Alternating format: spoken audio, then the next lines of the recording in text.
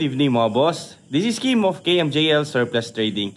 So tonight mga boss, yung bagong unit na i-share and i-feature ko sa inyo is isang DA17W low roof edition po siya mga boss. Automatic 4x2 R06i engine turbo. So tapusin nyo po yung video mga boss para malaman nyo po yung kabuuan details ng ganitong unit and price ng ganitong setup. And sa mga bago pa lang po sa ating YouTube channel mga boss, please like, subscribe, and click the notification bell para lagi po tayong updated sa ating mga panibagong video uploads. So yung unit natin mga boss is isang DA17W. And syempre kung mapapansin nyo mga boss, madalas sa mga DA17W natin na pina-feature is isang high roof. So this time mga boss, low roof na naman yung ating DA17W. So ito po yung itsura ng isang low roof units mga boss. And syempre 3 layers siya dahil nga wagon po siya. So ito po yung mga wagon series ng mga DA17. So pag sinabi po natin 17W mga boss na high-end, syempre 3 layers na po yung headlight niya mga boss. Ayan, makikita nyo, ito yung headlight niya, ito yung park light, and ito din po yung kanyang signal light. Ayan. So ito po yung headlight ng DA17W mga boss. Ito yung tinatawag natin na 3 layers headlight. So meron po siyang low beam, high beam, and then signal light and park light. So kung mapapansin nyo mga boss, wala na po silang check light or fender light yung mga 17 natin. Kasi yung design ng headlight ng 17V, 17V or 17W is meron na po siyang parang pang signal light na nakikita dito sa gilid. So another is meron po siyang original na chrome ng hood liner and bumpers. Ayan. And then original po yung kanyang fog lamp. Meron po siyang nakapalibot na chrome sa left and right. And pinili natin ng ikulay black yung sa gitna kasi nga yung kulay niya is pearl white. So para magkaroon po sila ng contrast. Wrap around tint mga boss, alam nyo na yan. 3M tint, magic tint sa harap, medium black sa passenger side and driver side sa harap. And then super black, and sa pinakalikod na back glass is medium black. Dahil vision po yan ng ating center mirror sa likod, and then dyan sa left and right na harap is side mirror, and syempre pinaka-importante is sa driver side. So mas maliwanag po yung magic tint.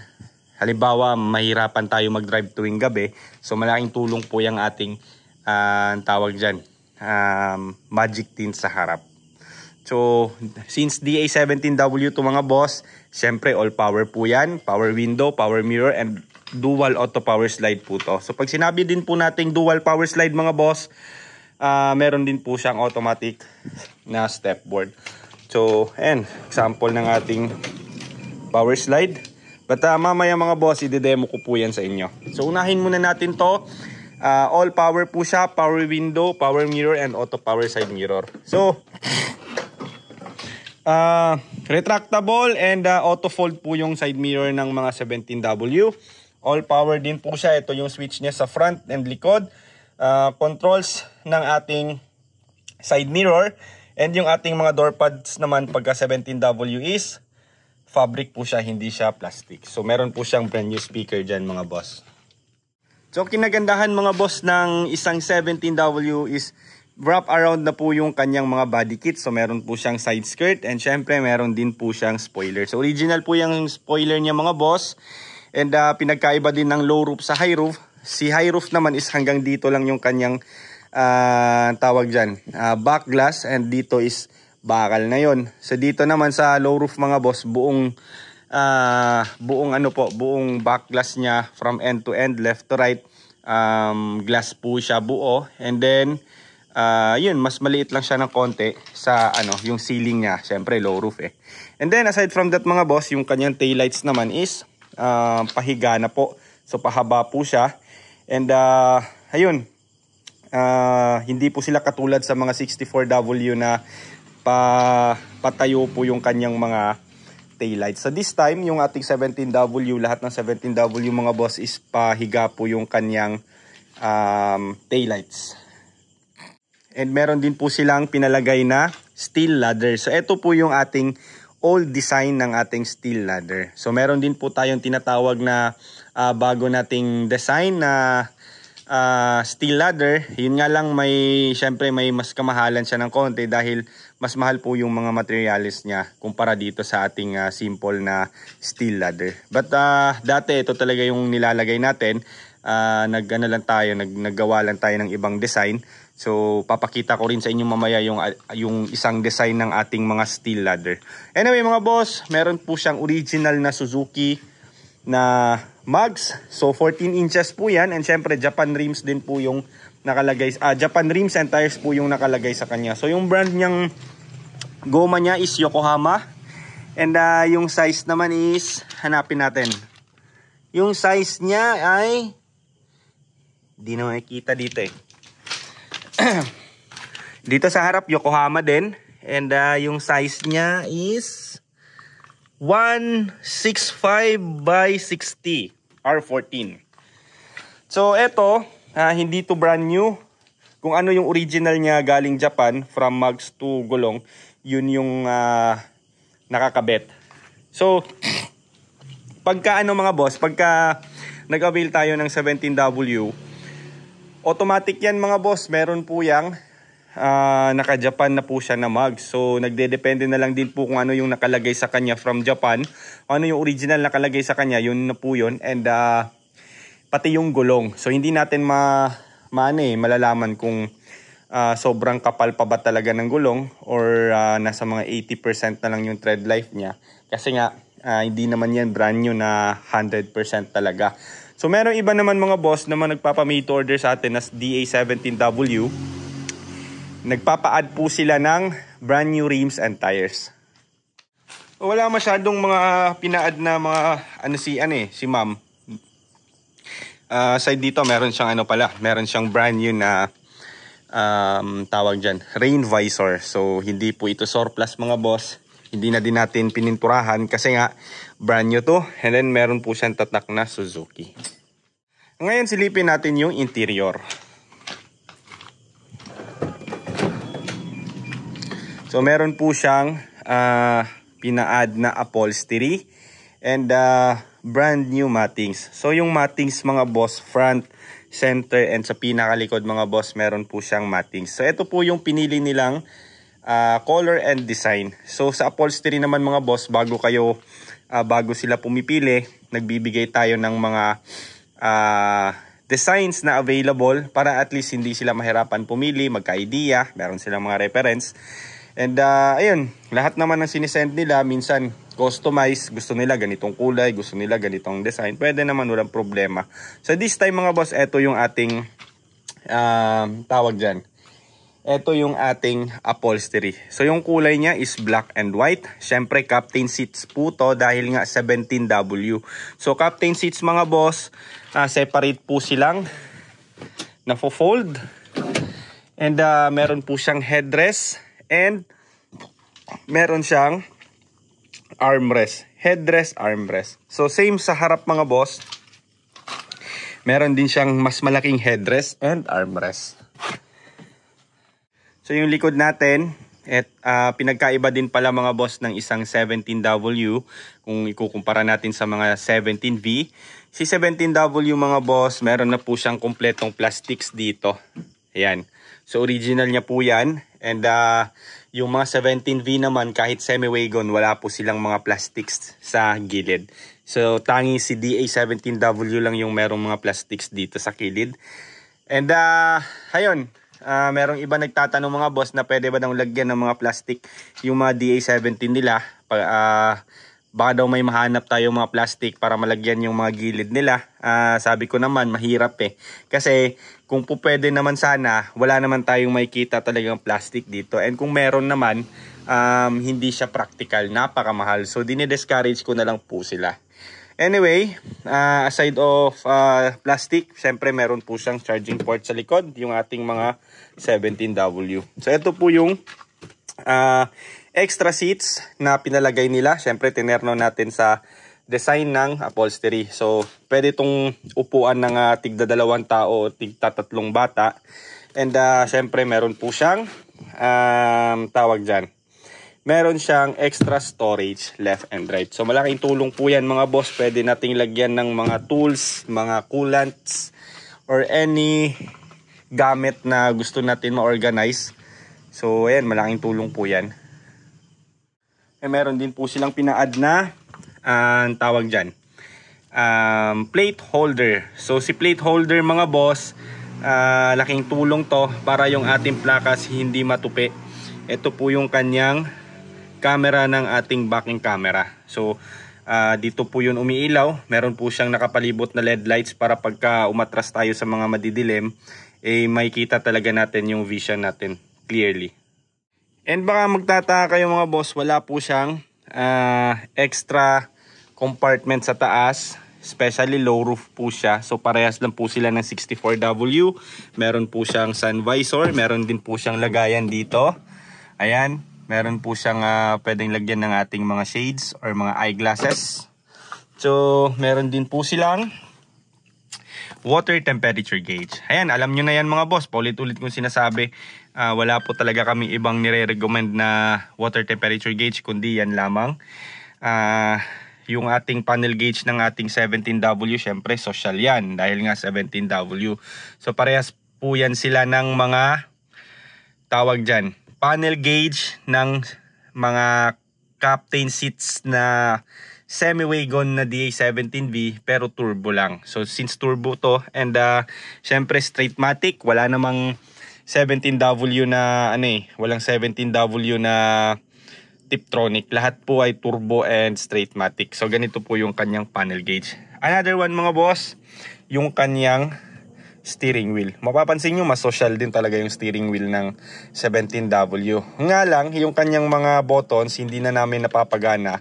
Kasi yung mga pinapalit natin dito, na mga, tawag dyan, mga infotainment or touchscreen stereo, is hindi po sila compatible. So, hanggang ngayon, pinag-aaralan pa namin paano siya gamitin, paano siya paganahin. So, hindi ko naman sinasabing hindi na talaga sila pwede, but as of now mga boss, hindi pa po siya talaga pwedeng paganahin yung ating buttons. Ayan.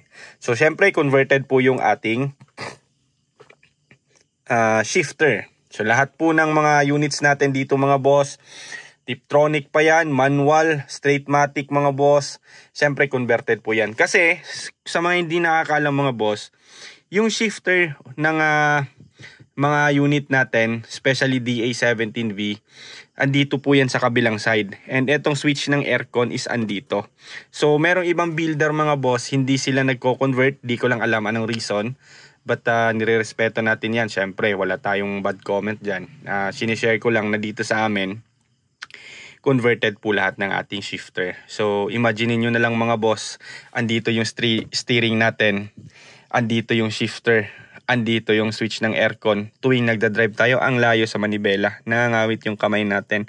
And kapag humahawak tayo dalawang kamay sa manibela, pwede pang paglaruan ng batang pasahero yan. So this one, mas safety, mas convenient, syempre. And syempre, mas mukha po siyang commercial. Kasi isa yan sa palatandaan pag nakikita kasi andito yung shifter baliktad. Merong iba mga judgmental, sinasabi ay surplus pala yan, ganyan. Alam nyo na. So this one, at least napapanatili natin maging commercial yung ating look ng interior. So yung dashboard naman natin mga boss, kung ano yung original nilang mga kulay galing Japan, syempre ginagaya natin yan, pati yung kanyang mga grano, para syempre hindi siya talaga magmukhang surplus. Alam nyo naman dito sa Pilipinas, madaming, alam niyo na, di ba? So, as much as possible, pinapaganda talaga natin yung interior and kung ano yung pinaka-best para sa kanila. And another one mga boss, converted po ito using secondary gearbox. So, wala po tayong ibang ginagamit na pamamaraan sa pagko-convert mga boss, tanging secondary gearbox lamang. And meron namang iba gumagamit ng hindi secondary gearbox. Iba-iba kasi tayo ng pamamaraan. But kami, subok na sa amin. Para sa amin, secondary gearbox talaga. And di na mabilang ng mga unit yung ating mga na-release. So another one mga boss, kung papansin nyo, syempre nakasaksak pa pala itong ating scanner. So i-disregard nyo na lang mga boss. Dito naman mga boss, ito yung kanyang accelerator, brake. And ito yung ating kumbaga handbrake, ito yung pinalit. Ganyan. pedal brake na lang kung tawagin eh. Ayan. So wala na po yung handbrake niya dito mga boss. Kasi captain seat siya eh. So isa sa reason na nakikita ko kasi kung halimbawa nakasablay yung kamay natin dito tapos andito yung handbrake, 'di ba? Paano natin magagalaw? So siguro nilipat na ng mga Hapon dito. Ayan. So isa din sa nagustuhan ko sa mga 17W mga boss, since push button na po yan, and ito yung remote nya, ito yung switch ng kanyang auto sliding door. Ngayon sa power lock naman mga boss, kapag nilalak natin yan, automatically nagfo-fold yung kanyang side mirror. So try natin. Ayun, di ba? Napaka-social. So ngayon mga boss, papakita ko sa inyo paano gumagana yung ating automatic sliding door. So una mga boss, meron po siyang switch dito sa left and right. Ilo-long press lang natin yan. And ayan, gagana na yan. Sa another one mga boss, pwede din natin gamitin dito sa loob. Pakita ko, halimbawa nakaupo tayo. Ayun, di ba? And halimbawa naman, palabas tayo, sasara natin. Either ito or ito, pwede naman. So try natin to. Ayan. Ngayon mga boss, pwede din natin gamitin itong ating remote. So long press lang natin. Long press. Ayun, gumana sa kabila. And dito. Ayan. So halimbawa, malayo pa tayo. Gusto na nating i-open. Meron tayong dalang mga groceries. So long press lang natin yan. And sa kabila naman, wait lang baliktad. Ayun. Open natin ulit. Open natin. Long press lang. Wait lang, baliktad na naman. Long press natin sa kabila. Ayun. And then sasara natin. Ayun. So ngayon naman sa kabila. Ayan. Ngayon, boss, paano ba i-manual pagka halimbawa hindi namin gusto na naka-automatic? Ganito lang yan, boss. Meron tayong options dito. Pwede natin i-off yung ating automatic sliding door. At the same time, itong ating automatic step board. Ngayon, pag i-manual natin, yan, same dun sa kabila. Pwede natin yung i-manual. And then, kung sino yung naka-experience mga boss ng tawag dyan, yung mga lumang sasakyan talaga na hirap isarado yung sasakyan. Di ba kailangan talagang isagad talaga natin and pinapalo pagka sarado yung door. So eto mga boss, another feature ng 17W, kahit na i-off natin yung automatic sliding door nya, isarado lang natin ng konti, kusa yung magsasara. Ayun, ulitin ko. Yun.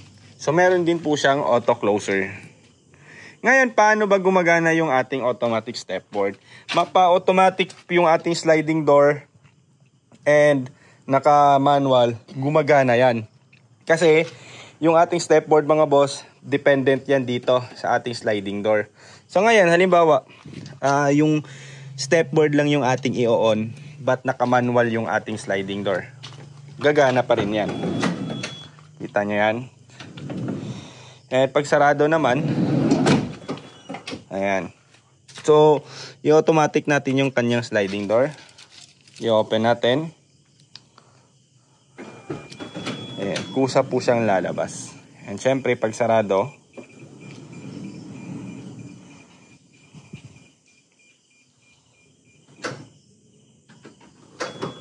yun. So, ganun lang po ka-simple and ganun po ka-convenient ang function ng ating automatic sliding door and automatic step board.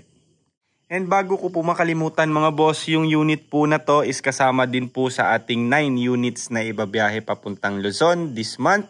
And shout out sa owner po nito na si Ma'am Karen De La Rosa. Maraming salamat po ma'am sa pag-aantay nyo po sa unit and pagtitiwala sa amin dito sa KMJL Surplus Trading. And mabuhay po kayo. Maraming salamat po. And lastly mga boss, yung ating heavy PMS, syempre kasama po yan. So meron po tayong change oil, change ng ATF, cleaning ng mga bulb bodies, and linis ng throttle body, intake manifold, injectors, ano pa ba? Papalitan ng spark plugs, coils, ayan, T-cap, rad cap, thermostat cap, radiator cap, brake pads, brake shoe, under chassis, ball joints, tab link, gear oil. Ayan, madami mga boss. So kasama na din po yan. And syempre nagro-road test din tayo before tayo babiyahe. And during road test, kung meron pa tayong nakikitang problema, syempre babalik tayo dito sa shop and ayusin natin. And then magsasagawa tayo ng last or final test drive para masabi natin na okay na yung unit and goods to go na. Pwede na natin ibiyahe papuntang Luzon. So presyo tayo agad mga boss, yung inabot po ng ganitong setup, DA17W, automatic 4x2 low roof, dual power slide, syempre RO6A engine turbo, straight matic, lahat-lahat na po na nabanggit natin mga boss ng mga accessories, and yan, including mugs, registrations, lahat-lahat po mga boss umabot lamang po ng 415,000 pesos, bukod na po yan sa ating shipping fee papuntang Luzon. So yung shipping fee mga boss, pag-usapan na lang po natin, depende po kung saan exact area nyo po. And walang problema, madali naman kaming kausap. So ulitin ko lang mga boss, 415,000 yung kabuuan setup ng ganitong unit. So sa mga Luzon buyers natin dyan mga boss, message na lang po kayo kung gusto nyong magpa-quotate, magtanong. Meron po kayong mga gusto nyo bang mag-send sa amin ng mga setup na nakikita nyo, gusto nyo magpa-quotate, ayan, message na lang po kayo sa ating official Facebook page, yung nakikita nyo sa screen, KMJL Surplus Trading, and also to my tawag nyan, personal account, Kim Luis Busalya. Meron din pong Facebook ng aking partner, Kitty Cat G.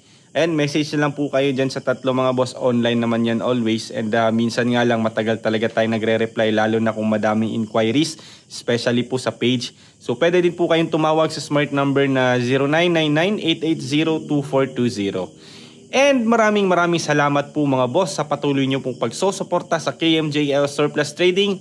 See you po sa ating next vlog.